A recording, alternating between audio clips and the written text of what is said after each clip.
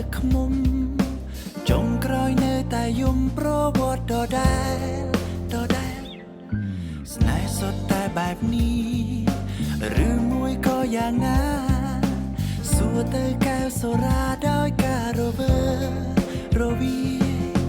សល់តែការឈឺចាប់ស្ទើរស្លាប់ទៅទាំងរួមប្រគល់ឲ្យទាំងអស់ហើយគេដល់ដៃដូចជាបទចម្រៀងដែលលេងមានតន្ត្រី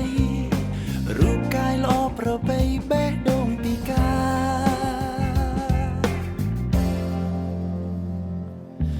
ទឹកភ្នែកដក់នៅលើម៉ាស្ការ៉ាស្រក់ចូលក្នុងកាវស្រានរណាទទួលខុសត្រូវលាបក្រែមក្រហមឆ្អែតរោវាលខ្នងពណ៌ខ្មៅ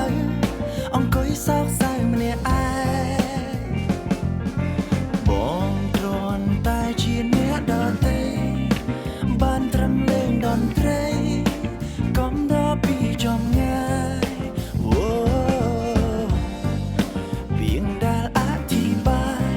គ្រាន់ចង់ឲ្យអូនរសាយការខ្វល់ខ្វាយក្នុងចិត្ត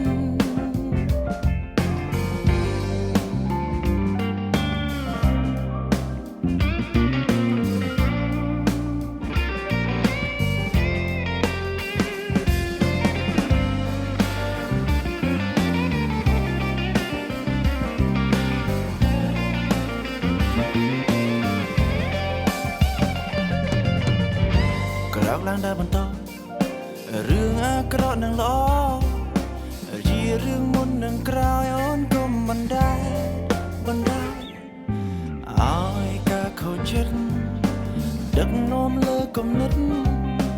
គិតកាន់តែលិចលង់ពងកាន់តែជ្រៅខូចចិត្តវាឈឺចាប់ឈឺក៏វាមិនស្លាប់ជីវិតគ្រាន់ចង់ប្រាប់ឲ្យអូនរឹងមាំជាមុនកុំគិតអ្នកដែលទៅគិតខ្លួនយើងដែលនៅ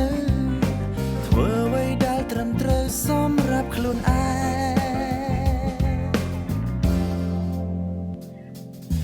ទឹកភ្នែកដក់នៅលើម៉ាស្ការ៉ាស្រក់ចូលក្នុងកែវស្រានរណាទទួលខុសត្រូវ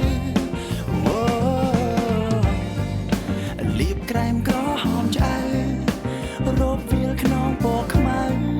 អង្គុយសោកសៅម្នាក់ឯងបងគ្រាន់តែជាអ្នកដទៃបានត្រឹមលេងតន្ត្រីកុំដល់ពីចំងាយ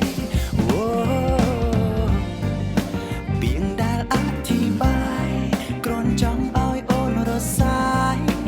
ការខ្វល់ខ្វាយក្នុងចិត្ត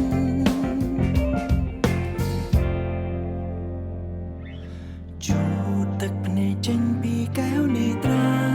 កុំឲ្យខូចម៉ាស្ការ៉ាដោយសារមនុស្សចិត្តមិនស្មោ